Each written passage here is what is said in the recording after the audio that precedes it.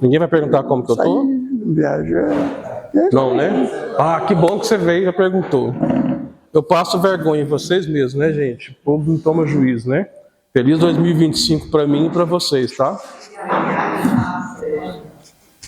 Esse ano promete, não promete? Não, gente. Todo dia promete. A gente criou uma crença que, ó, deu 31 de dezembro. Ô, irmão, pode começar já, irmão? A gente tem uma crença que 31 de dezembro é a virada do ano, para depois da meia-noite, 1º de janeiro, novo ano. Aí veste de amarelo, de branco, é uma coisa que eu não entendo. Mas por dentro está do mesmo jeito. Então a proposta da virada de ano é que no próximo ano a gente melhore, a gente se torne uma pessoa melhor, a gente se torne uma pessoa mais atenciosa, mais sensível, mais cuidadora de si e do outro. Mas a metade é mentira. A gente faz isso porque todo mundo fala sobre isso. Todo mundo promete que o ano que vem vai ser melhor.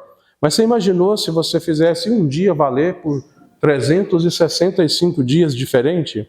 Porque nós temos em média, para alguns autores é 60, para outros é 90 mil pensamentos por dia. Imagina se a gente tiver um pensamento novo, isso já vale por um ano novo. Porque se você tiver um pensamento novo, você vai levar um tempo para poder viver ele, para processá-lo.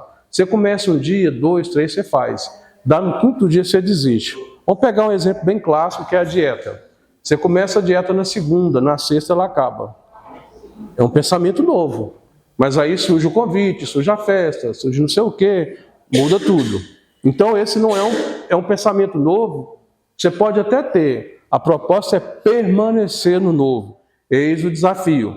Porque a gente está nessa vida que a gente já tem aqui há séculos e séculos e séculos. Então não é fácil criar algo novo. Mas com essa desculpa de que não é fácil, é difícil ser espírita, ser cristão, a gente vai ficando pelo caminho. E aí a vida vem e dá uma sacudida. Dá um grito em nós assim, e a gente pega e dá um susto. Só ele que assustou. Mas é porque ele já está evoluído. Quem não assustou está assim, meu Deus, que vida é essa que eu estou levando? Então, tá tudo bem? Então um abraço aqui. O que é o câncer? É a dor física, a dor mental, mas para nós que somos mais materialistas é o dinheiro.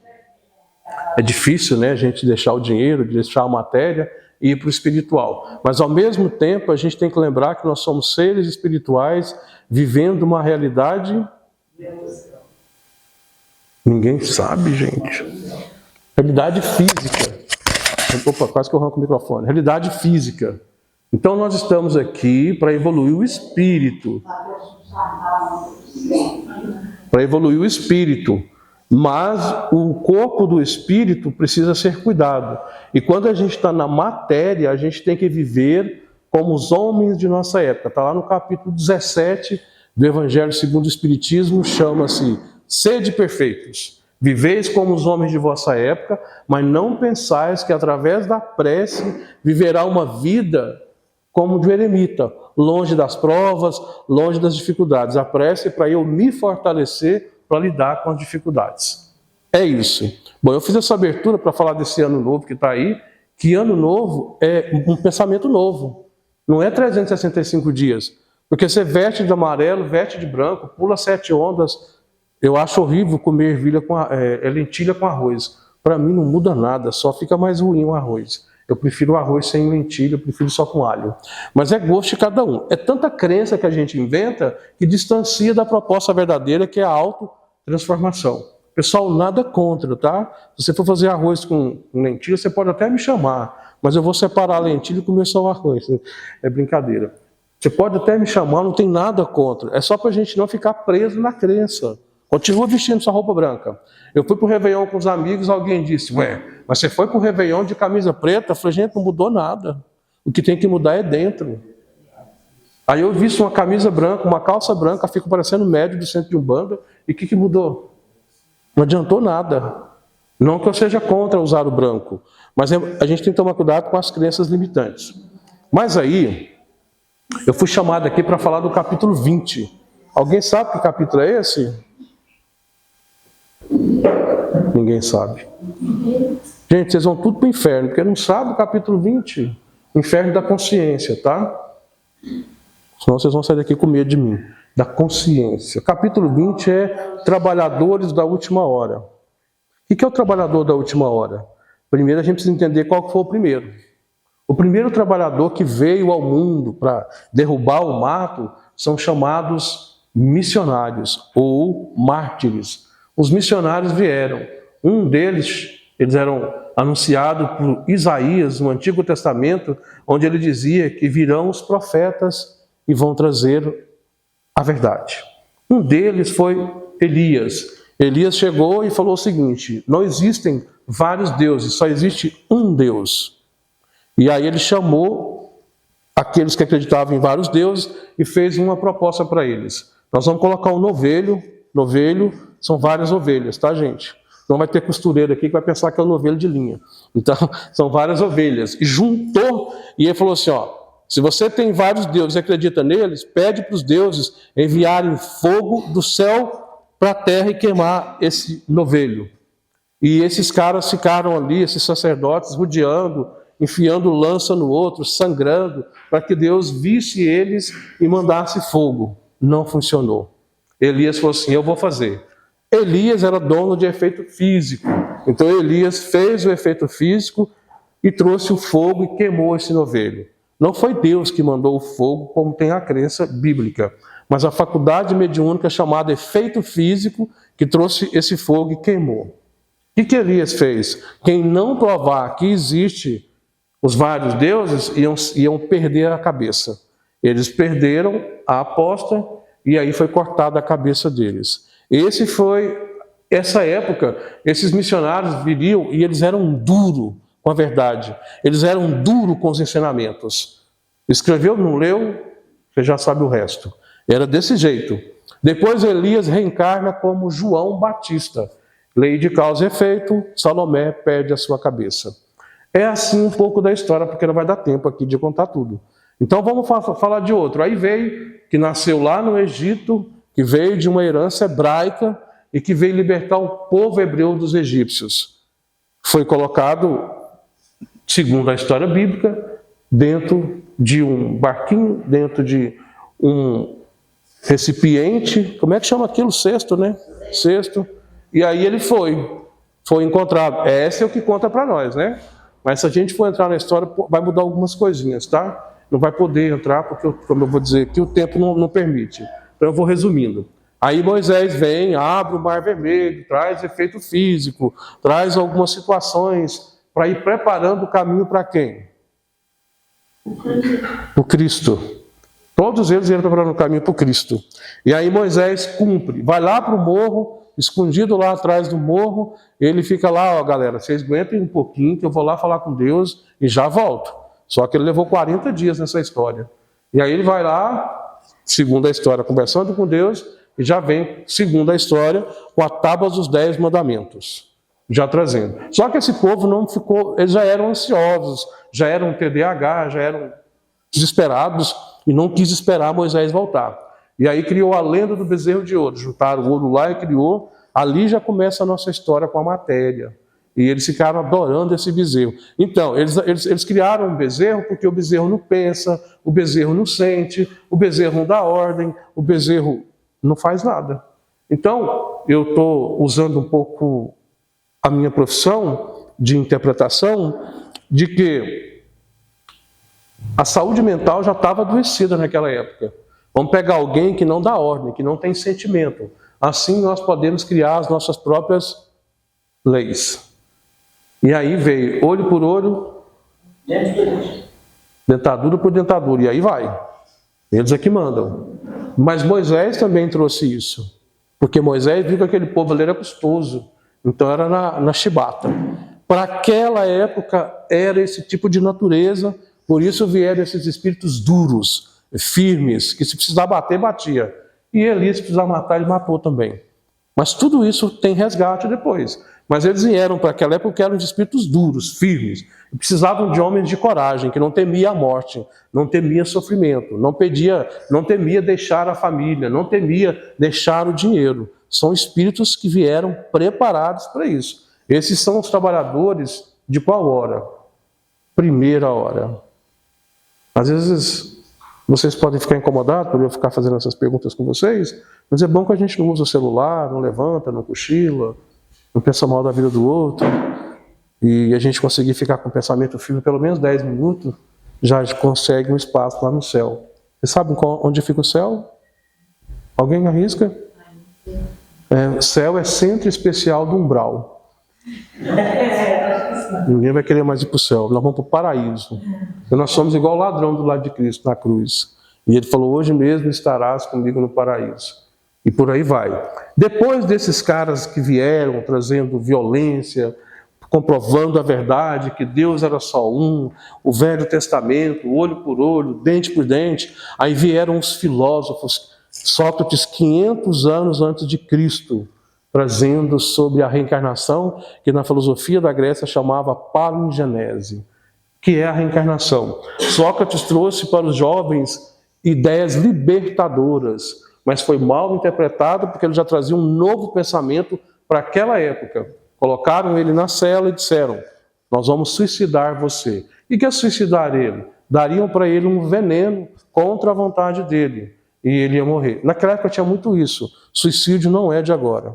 Tinha muito isso. Então Sócrates é envolvido nessa história, toma a cicuta. Mas antes disso, os amigos dele abrem as celas para ele ir embora. Ou seja, fugir. Um filósofo, um espírito que não era pouca coisa, um espírito que tinha evolução, disse, se eu fugir, eu estarei negando o meu pensamento.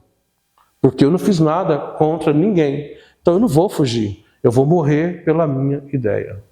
E assim ele fez. Morreu pela própria ideia, porque ele acreditava. Agora se pergunta para nós aqui, conforme o valor que oferecer, a gente muda de ideia.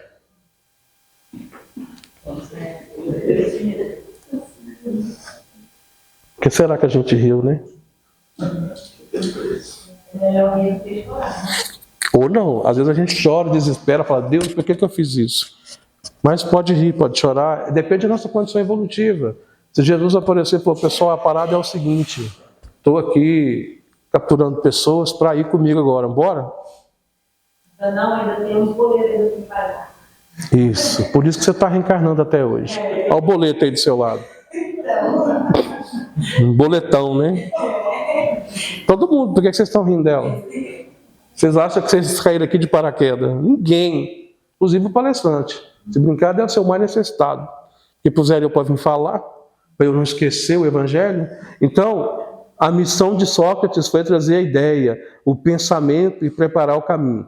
Quem já leu o Evangelho, pelo menos a introdução, está dizendo lá assim, ó, os percussores do Evangelho, Sócrates e Platão. Sócrates não escreveu nenhum livro. Platão escreveu os pensamentos dele. Platão trouxe o mundo das ideias e o mundo fora do corpo físico. Então eles já vieram naquela época preparando o nosso pensamento. Um dia eu li um livro que falava sobre jovens e tinha uma frase dizendo sobre a juventude que passa por isso, que tem os adoecimentos, as codependências, as agressões. Eu estou traduzindo para a minha forma de pensar aqui. E embaixo, e o pensamento era muito atual, e embaixo estava escrito, eu demorei a ler o nome do autor, porque eu falei, nossa, está falando dessa juventude. Quando eu li embaixo era Sócrates. Aí eu penso, você poderia dizer, Sócrates era Nostradamus, que previa o futuro. Nossa, Sócrates preveu o futuro? Na minha interpretação, eu cheguei na seguinte conclusão. Sócrates não interpretou o futuro e nem teve premonição do futuro. Eu penso que nós é que não evoluímos. Naquela época ele já falava da gente hoje. Então, é nós é que não evoluímos. Mas por que Sócrates naquela época falava isso? Porque ele já tinha um pensamento lá na frente. Então, ele, de certa forma, a gente fala que é uma premonição, uma prevenção, não, uma preparação para o futuro. É porque ele já sabia no que daria isso. A mãe, às vezes, ela olha para o filho com a intuição, a mãe que já consegue amar o filho sem paixões, ela percebe o que ele vai fazer, com o olhar que ela dá para ele. Vocês que são mães devem saber disso. Um dia eu perguntei, a mãe não soube, falei, eu pensei que você fosse mãe. Mas ela era só a pessoa que pôs o filho no mundo. E tem isso também, né? Tanto a mãe quanto o pai. Os filósofos vieram preparar o caminho, também no mundo das ideias. Pôs a gente para pensar, porque era só matança. Desobedeceu, mata, desobedeceu, mata, desobedeceu, mata. Brasil, Coração do Mundo, Pátria do Evangelho, o espírito Humberto de Campos, na psicografia de Divaldo Franco, ele traz também espíritos duros, Mendes de Sá, Estácio de Sá, entre outros, Tiradentes, espíritos uns duros e outros corajosos. Na hora que chegou perguntando quem trouxe a ideia revolucionária, todo mundo correu lá para o Aquário, Estrela d'Alva, foi todo mundo embora, só ficou Tiradentes. E Tiradentes pegou tudo para ele, para salvar os amigos, para poder não deixar nada acontecer com eles. E ele assumiu toda a parada para ele e morreu enforcado e esquartejado. Tiradentes foi alguém também que viveu na Inquisição e fez isso com outras pessoas sofrerem. Lei de ação e reação, ele estava resgatando e agradeceu por isso lá no plano espiritual, porque foi a oportunidade dele dar um passo adiante. De novo, assustou? Está muito sensível. Esse menino ele vive em 2 planos, eu vou pegar mais ele, vou abraçar mais ele. Não tira o olho de mim não, que aí o evangelho vai pensar que você é macumbeiro. Que é isso, gente? Macumbeiro todo mundo é. O que é macumbeiro? É a pessoa que deseja um mal pelo outro. É a pessoa que usa o pensamento também para fazer o bem. E a gente fica com esse monte de crendice sobre as religiões. Eu estava no ônibus, eu tive grata felicidade de andar de ônibus para eu evoluir mais um pouco. Quem ainda está andando de ônibus aqui está precisando evoluir ainda. E eu estava no ônibus e uma jovem sentou ao meu lado e eu estava com o livro dos Espíritos e Evangelho. Eu tinha palestra à noite e eu levei para a escola que eu trabalhava, que eu dava aula. E ela olhou e falou, você é espírita? Eu falei, sou. Você vai continuar sentado aqui? Ela, sim. Eu não falei, só pensei. Aí ela olhou e falou, você pode me falar um pouco sobre o espiritismo? Porque eu sou evangélico. Eu falei, é que eu adoro. Vamos lá, o que você quer saber? Vai que eu te converto. Brincando com ela, lógico. Que o espírita não tem essa pretensão. Nem deve ter. E ela olhou e falou, não, é porque ninguém... Aí a gente conversou e tal, vou resumir aqui, mas ninguém me explicou o espiritismo como você explicou. Eu falei, porque não deve ter lido. Porque é simples o espiritismo. Aí põe muita crendice. Ela, nossa, mudou a minha percepção. Cheguei na escola, a coordenadora viu o livro dos Espíritos e Evangelho, porque eu não escondo, né? Não devo nada para ela. Aí coloquei meu livro lá. Professor,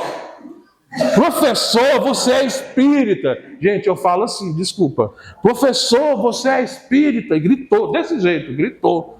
E eu disse, coordenadora, eu sou. Você já acredita, você pensa uma coisa dessa? Mas professor, você é um cara inteligente, por isso que eu sou espírita.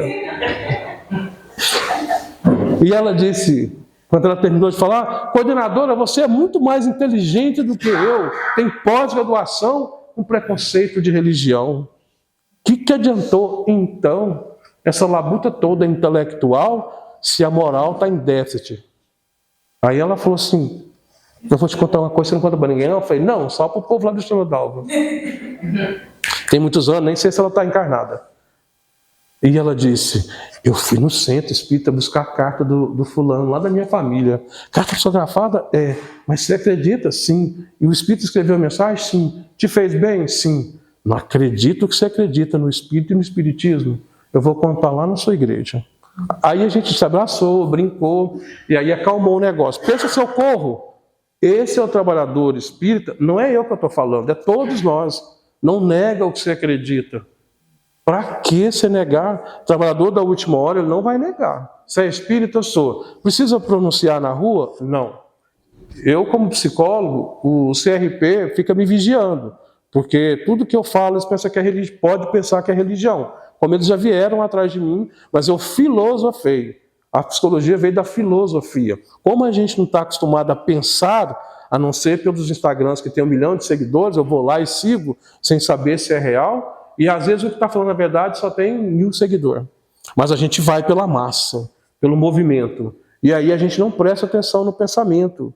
Eu escrevia lá, a pessoa falava, não, você escreve difícil, eu não estou entendendo nada. O que você entendeu? Ela falou assim, nada. Eu falei, você está certa. Por quê? É isso mesmo. Porque às vezes a gente veio para não entender nada. A gente só veio para trabalhar, comer, dormir, pagar boleto, viajar e morrer. Só isso. Mas o espírita não pode parar nesse lugar, estudar, entender, ler o Evangelho, as 5 obras, estudar de novo, entender, processar. Capítulo 5, item 26, provas voluntárias, verdadeiro silício. Primeiro parágrafo está escrito assim, ó. As provas que passais na terra é para desenvolver 3 coisas. Eu vou dar de presente para vocês, tá? Vou fazer igual aqueles caras que vendem no Instagram, curso. 3 passos para você ser feliz. Gente, se dormir, eu vou dar um grito. Já estou vendo gente cochilando já. Como é que pode cochilar numa palestra desesperada dessa? Aí, telefone tocando e gente dormindo. Vamos lá. Ó, primeira coisa que você aprende na prova. Grava aí. Em desenvolver a inteligência. Livro dos Espíritos, pergunta 71, 72, 73, 74, 75 e 75A. Gravou? Repete para mim. 73, 74, 75. Pode parar, já tá bom. Já tá bom. Qual que é a segunda? Paciência. Paciência é o segundo desafio para a gente aprender nas provas. Paciência está no capítulo 8. Você corre lá que está no item 7. É um espírito chamado Espírito Amigo, que é o mesmo espírito chamado Joana de Ângeles. Qual que é que eu falei agora? Qual que foi a primeira? Já esqueceu. Ei, trabalhador da última hora não, é trabalhador do esquecimento, né? Inteligência, paciência. Qual que é a terceira? Caridade. É mais fácil falar assim, né? Quem descobriu o Brasil? Resignação. Está no mesmo capítulo que eu falei agora por último. Qual foi o capítulo? 8. E o item 8 também. O 7 é paciência, o item 8 é resignação. A resignação é o consentimento do coração. Aí ele fala assim, ó, vós sois uma geração intelectualizada, porém vivem a indiferença moral. Nunca houve tanto conhecimento como agora. Dizem que a gente vive a liberdade de expressão. Para mim, eu nunca vi uma época onde a gente é mais proibido de pensar e falar. Porque vai ter que mudar a Bíblia, vai ter que mudar o português para poder agradar todo mundo e não precisa. Mas nós vamos ter que, como diz Einstein, nós vamos chegar ao caos para gerar harmonia. Vai explodir. E se preparem porque outro vírus está chegando. Então a gente tem que se preparar, alguém já deve ter lido sobre isso, já chegou em São Paulo, então que a gente tem que se preparar mesmo. Enquanto a gente não melhorar, as dores virão. E é para a gente desenvolver essas 3 coisas. Qual que é? Se você pegar o Livro dos Espíritos, pergunta 7.1 até 7.5a, você vai estudar lá sobre instinto e inteligência, que vai ajudar a gente a sofrer menos. Quanto mais eu desenvolvo a minha inteligência, eu desenvolvo a minha sensibilidade, eu intelectualizo o meu cérebro, eu desenvolvo a minha capacidade de percepção, de sentir, eu estudo, eu leio e vivencio. Aí eu desenvolvo a faculdade mediúnica do futuro que já chegou. Qual que é? A intuição. Mas eu preciso ter dados e informações no cérebro, eu tenho que estudar. Aí o Espírito vem se comunicar comigo, ele vai usar os dados informativos que eu tenho de caracteres para eu poder dar uma ajuda para alguém pela intuição. A intuição é assim, ó, não vai por essa rua, vai por aquela. Mas eu vim pensando na bebida, na comida, no desequilíbrio, o Espírito vai falar, você não vai conseguir ouvir. Mas se você está em sintonia, está em harmonia, está se cuidando, está estudando, está participando, e você está indo embora para casa fazendo a sua prece, alguém te fecha, você grita, xinga, desarmoniza. Não, eu vou segurar minha onda porque eu estou aqui para aprender. E aí o Espírito diz para você, seu nome? Hélio. Hélio, acorda, Hélio. Você está cochilando no volante, Hélio. Aí o Hélio, opa. Acontece muito comigo. Eu vou ler o Evangelho, aí eu cochilo. Juro! Eu não gritei, tá vendo? Eu ia gritar. Aí tem gente que fala, nossa, se falar isso comigo, eu caio da cadeira. Gente, o Espírito é gente boa. Está te acordando. Muitas vezes eu faço isso. Eu estou lá lendo, eu cochilo. Júlio? Eu já sei. Aí eu volto a ler. Intuição.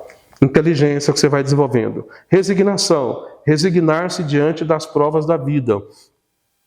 Ó, aquele lá, o filho dele, fez bagunça o tempo inteiro.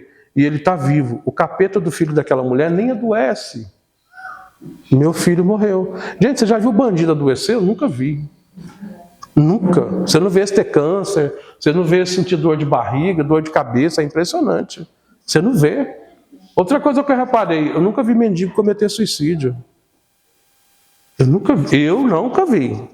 Nunca fiquei sabendo. E eu trabalho com saúde mental, eu nunca vi. Por que será? Eles não são presos da matéria, eles são libertos da matéria. E o Evangelho segundo o Espiritismo, capítulo 5, suicídio e loucura, o Espírito, ele diz o seguinte: aquele que se tornou espírita, estuda o Espiritismo e vivencia, ele jamais cairá no suicídio. Quem está no Espiritismo e comete suicídio é porque não compreendeu a proposta, porque senão não faria isso. Então, o trabalhador da última hora, ele vai trazer isso, o conhecimento, a libertação das consciências das pessoas, para elas irem. Uma pessoa diz assim: antes da sua palestra eu só li a Bíblia. Não tem nada errado ler a Bíblia, gente. Está tudo certo. Mas ela falou: mas quando você começou a falar tanto do livro dos Espíritos, eu comecei a ler. Hoje ela me ligou: a palestra vai ser aonde? Estrela d'Alva. Eu tenho que explicar que a Estrela d'Alva é o centro. Vocês colocaram esse nome nesse centro, Estrela d'Alva é lá no fim do mundo. Eles pensam que é lá. Mas aí eu explico: não, o Dutra que inventou essas coisas, tal. Perdoa o Dutra que está cochilando lá, para ver se ele acorda. Então, pessoal, desenvolver o nosso intelecto. E eu não preciso ter uma formação acadêmica para entender o Espiritismo. O trabalhador da última hora é desenvolver essa capacidade das pessoas de despertarem. Não acredito. Eu esqueço dele, gente. Eu vou trazer um fone para você na próxima, tá? Eu esqueço dele. Então é para a gente despertar. É para a gente fazer igual a ele. Para sair o espírito ruim. Gente, quando ele pula ali, sai um monte de espírito correndo. Não, tá de jeito nenhum. Você é o mais acordado aqui. Quando eu faço assim, grito, sai um monte de espíritos atravessando na parede, no teto. Tem uns que ainda estão aí, cochilando com vocês aí, pegando vocês, vão dormir. Esse cara é muito chato, mudando seu pensamento. E é verdade. Pessoal, qual foi o da segunda hora? Vieram espíritos na segunda hora, trazendo ensinamento, compreensão. Allan Kardec, no século XIX, os espíritos falando com ele, a ciência. Jesus, no capítulo 1 do Evangelho segundo o Espiritismo, item 3, está lá Cristo. Você já deve ter lido, tenho certeza que todo mundo aqui já leu o Evangelho, livro dos Espíritos, já? Não precisa levantar a mão, tá bom. Lá está escrito assim, ó: para poder chegar à evolução, o homem tem que passar pela experiência da ciência. O que quer dizer isso, gente? Reencarnações. Eu vou lá no plano espiritual, eles preparam o meu intelecto, prepara a minha capacidade de pensar, de perceber e sentir, e a gente retorna para cá. Aí trabalha, desenvolve, ajuda aquela sociedade, retorna para lá. Aprende, desenvolve e volta. Aí volta como cientista, como pensador, poeta, filósofo, vai desenvolvendo.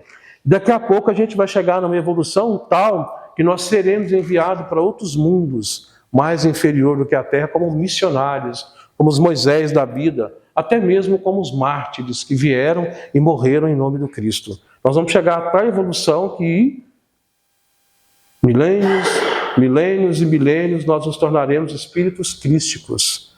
Porque, segundo o livro dos Espíritos, são os únicos espíritos que veem Deus, que conseguem ter contato com Deus. Nós vamos chegar a essa condição, sabe lá Deus quando, mas a gente tem que começar agora. Leia o capítulo 17, Sede Perfeitos, ele vai falar para nós, lá no item 7, o dever. O meu termina aonde começa o seu.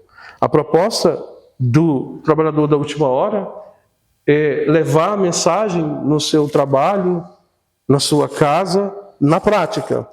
Eles vão dizer que você é fanático, vão dizer que você não recebe nada no Espiritismo. Eu tenho um amigo, que eu não sei se ele, cadê ele?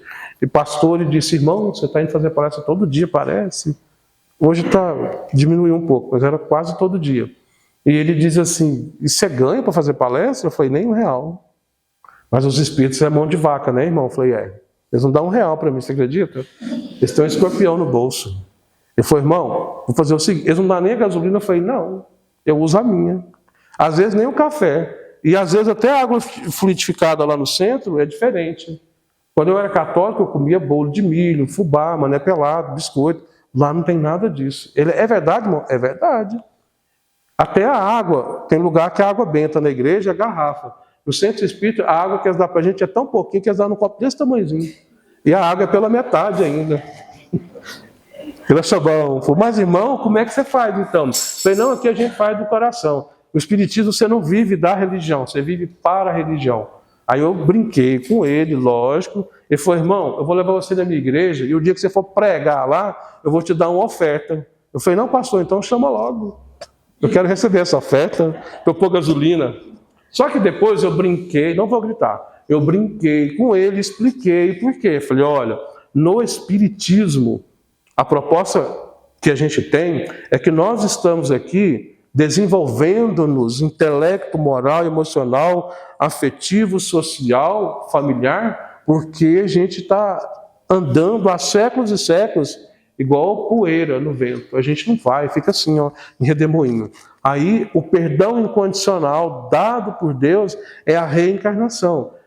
Pensa no cara que só fez lambança. Você, como pastor, falei para ele. Lá na Bíblia está escrito assim, ó: nenhuma das ovelhas que o Pai me confiou se perderá entre lobos. Mas a gente não pensa nessa frase. A gente pensa na ovelha e no pastor batendo na ovelha. Jesus usa essa linguagem, porque a gente naquela época vivia a infância espiritual. Então ele usava coisa do dia a dia, grão de mostarda, o peixe, a ovelha, o pastor, para ver se a gente entendia. Mas já acabou isso. Então essa busca da intelectualidade hoje é estudar, é ler. Aí você diz, toda vez que eu sento para ler, eu durmo. Então pega um pedaço de pau, quando você for dormir, você mesmo se bate, aí você acorda. Não precisa fazer isso, né, gente? Mas assim, peraí. E eu falei para a pessoa, o que acontece quando você fala, Júlia, me dá uma preguiça, me dá um sono? E se eu te oferecer R$500 para você ler todo dia? Eu leio. E se colocar uma arma em você, você vai ler todo dia, você lê. A gente precisa ser duro com a gente, tem hora, para a gente poder acordar. André Luiz, no livro Obreiros da Vida Eterna, diz que muitos espíritos dormem há 1000 anos dentro da caverna. Quantos de nós estamos na caverna? Você vai no centro hoje? Vou não, está vindo uma nuvem preta ali que eu acho que vai chover. Está lá em São Paulo a nuvem. Ele escutou na televisão, então não vou não, que pode ser que eu tome chuva. Eu fiz uma progressiva, se eu for vai estragar. Uma jovem falou assim para mim, nossa, como é que pode? Mês inteiro fazendo sol, o dia que eu vou para o centro chove. Enrolou meu cabelo tudo. É melhor enrolar o cabelo do que a ideia. Porque se você está enrolado até hoje nessa encarnação, é porque você se preocupou muito com outras coisas. A gente era amigo, então a gente teve essa possibilidade de brincar. Eu não sei como é que está meu tempo, mas eu acho que já deu, vou terminar. Pessoal, trabalhador da última hora é aquele que vai desenvolver a intelectualidade independente do academicismo para não ficar orgulhoso, mas para falar de Cristo de uma forma científica, pedagógica, psicológica, psicanalítica, religiosa e familiar. Falar de Cristo em todos os âmbitos. Eu preciso estudar, eu preciso ler, para eu conseguir levar para o meu emocional. Schopenhauer, filósofo, dizia o seguinte: quanto mais inteligência eu tenho, mais eu sofro. Mas vamos entender isso. Por quê? Eu sei que eu não vou poder fazer a mesma coisa que o cara que fura o trânsito faz. Eu tenho até vontade e desejo. Mas como eu sou espírita, cristão, trabalhador da última hora, eu vou segurar. O cara veio para me agredir, eu não vou agredir porque eu sou um cristão, eu sou espírita e eu tenho esse conhecimento e eu sou o trabalhador da última hora. Não é que eu vou pegar a enxada e capinar o quintal do centro espírita, mas precisar faz, né? Mas não é isso, literalmente. Mas é quando eu consigo resignar-me diante das dificuldades, dos desafios. Janeiro, dezembro, para muita gente é um mês difícil financeiramente. Lembre-se, eu estou passando por uma prova, o que essa prova quer me ensinar. Não saiamos por aí dizendo, Deus virou as costas para mim. Isso é muito importante, porque 8 bilhões de pessoas no planeta, ele foi virar as costas para você. Isso é muito importante. Não, só que não. Você é outro ser humano, que você tem o seu mentor te cuidando, te ajudando. Então pensamos nisso. Quando eu passar por uma prova, o que essa prova quer me dizer da falta do dinheiro? É a falta do dinheiro ou é a falta de coragem para desenvolver inteligência, de descobrir novas formas de atrair o dinheiro? Um paciente, eu perguntava, eu não passo nessa matéria, eu só tiro nota ruim. Mas por quê? Você não tem nenhum problema intelectual. Por quê? Ele falou assim, porque eu não gosto do professor. E ele já te agrediu? Já fez alguma coisa com você? Nunca. Então por que não gostar dele? Será que você não gosta da matéria? É da matéria. Mas por que você não gosta da matéria? Eu acho muito ruim. Aí eu provoquei mais um pouquinho e falei assim, ou será que você não estuda? Eu não estudo. Vai apertando e a gente vai falando. Eu não gosto da pessoa, o que ela fez a você? Nada, mas eu não gosto dela. Então faça prece. Porque algo de outras vidas está vindo aí. Porque uma pessoa assistiu uma roda terapêutica no centro espírita e fez essa fala, que na hora da minha fala ela sentiu raiva, mágoas, sentiu vontade de atacar, ficou muito nervosa e estava se segurando para não ir embora. E aí, mais à noite, ela mandou uma mensagem para mim e disse: eu estou sentindo tudo isso, mas você disse que era para falar, eu estou te falando. O que é isso? Eu falei: vamos pensar junto? Você já me conhece? Nunca te vi. Eu falei: nem eu nunca te vi na Feira do Jardim América. Ela mora lá. Eu não sei quem é você, você não sabe quem sou eu. Essa raiva veio de onde? Se ninguém fez nada um para o outro. Pode ser uma influência espiritual, já que eu e você não temos nenhum problema um com o outro. E ela disse que quando ela saiu do centro espírita, e eu pensei assim, falei: olha, eu vi uma coisa diferente, porque eu vi que você já está me seguindo no Instagram, eu acabei de fazer a palestra lá, você está me seguindo no Instagram e você curtiu muitas coisas. Vamos entender isso? Ela: não, lá eu fiquei com raiva de você, mas foi só chegar em casa que passou. E não vai embora agora não, peraí. Se alguém tiver com raiva, espera. Passou. Mais uma prova da influência do Espírito, vigilância. E aí a gente é amigo agora. Tranquilo. Aí eu falei: leva para casa e pergunta lá. Aí descobriu que era uma prima, que era psicóloga também, havia desencarnado e estava dizendo para ela ir embora. Aí foi falando de mim para ela lá, e ela falou: olha, eu não acredito nisso. Sua prima falou certo. Eu sou tudo isso aí de ruim que ela falou.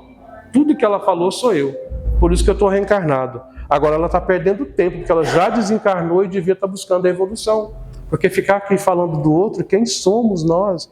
Pessoal, desencarnou, não vai virar borboleta não, tá? Aquele exemplo que a gente tem do caso da borboleta é só um exemplo, tá? Você não vai virar borboleta, bater asa não, você vai ficar do mesmo jeito. Se você é aquele que só vem aqui, nem presta atenção na palestra, só fica ali no portão ou conversando, quando você desencarnar, você vai fazer a mesma coisa. A diferença é que você vai olhar para o centro espírita com outro olhar. Eu falo: gente, eu nunca prestei atenção nessa pessoa, eu nunca prestei atenção nessa parede. Opa, eu saí da filmagem. Eu nunca prestei atenção no fulano. Nossa, falou do Evangelho, eu nunca ouvi o Evangelho com tanta profundidade. Os Espíritos dizem isso. Eles falam assim, ó, tem gente que quando desencarnar não vai ter condições nem de passar na porta do centro espírita. Então a gente tem que aproveitar agora, enquanto está aqui, valorizar, pensar em propor curso para casa, divulgar as palestras, trazer temas provocantes, fazer seminário. Eu provoco para fazer seminário em casa espírita, só um que aceitou. Fizemos 4 meses lá. Chamei todo mundo daqui, de outros lugares, ninguém foi. Aqui eu não sei se eu chamei, para ninguém ficar triste comigo. Mas eu fui chamando, fui divulgando. Ninguém foi, ninguém participou. Só da casa foi gente, só da casa participou. Não é por mim, é por você. É por você lá. E o pessoal foi lá, participou, e uns ficaram participando, outros foram embora, uns vão ficando incomodados. Não é muita gente que vai mesmo não, porque despertar é para poucos. Enquanto a gente não desperta, a dor vem e nos espeta. Por isso que a gente tem que pensar.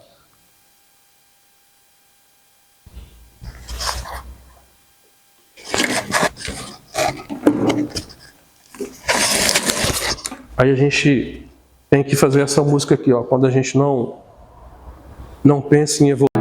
Ei, dor, eu não te escuto mais. Você não me leva a nada. Ei, medo, eu não te escuto mais. Você não me leva a nada. Então, não vamos seguir essa música não. Ei, dor, eu não te escuto mais, escuto. O que essa dor quer me dizer? O que ela quer que eu faça? Eu tenho que tratar do meu estômago, do meu pulmão, da minha saúde? Medo, eu preciso escutar o medo, porque o medo está dizendo o quanto eu devo valorizar a coragem. Quando eu atendo criança com medo, a mãe, mas ele está com medo e tal. Não tem como tirar o medo, ele produz o medo, você tem que deixar, porque no adulto o medo vai desaparecer. Tem coisas que é da fase, não desesperem, amadureça, tenha paciência, e aí no final a gente vai dizer: e se quiser saber para onde eu vou, Pra onde tenha sol, é pra lá que eu... Consegue cantar comigo pra poder mandar eu embora? E se quiser saber pra onde eu...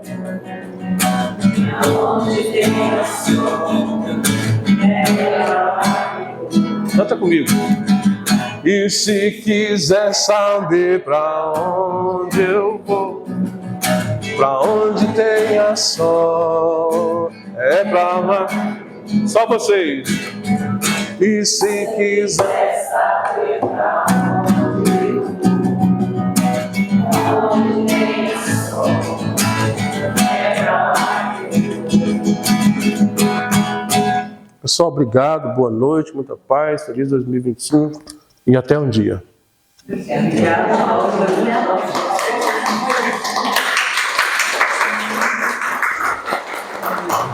Fiquem à vontade, assim é mandar embora, assim é que bom.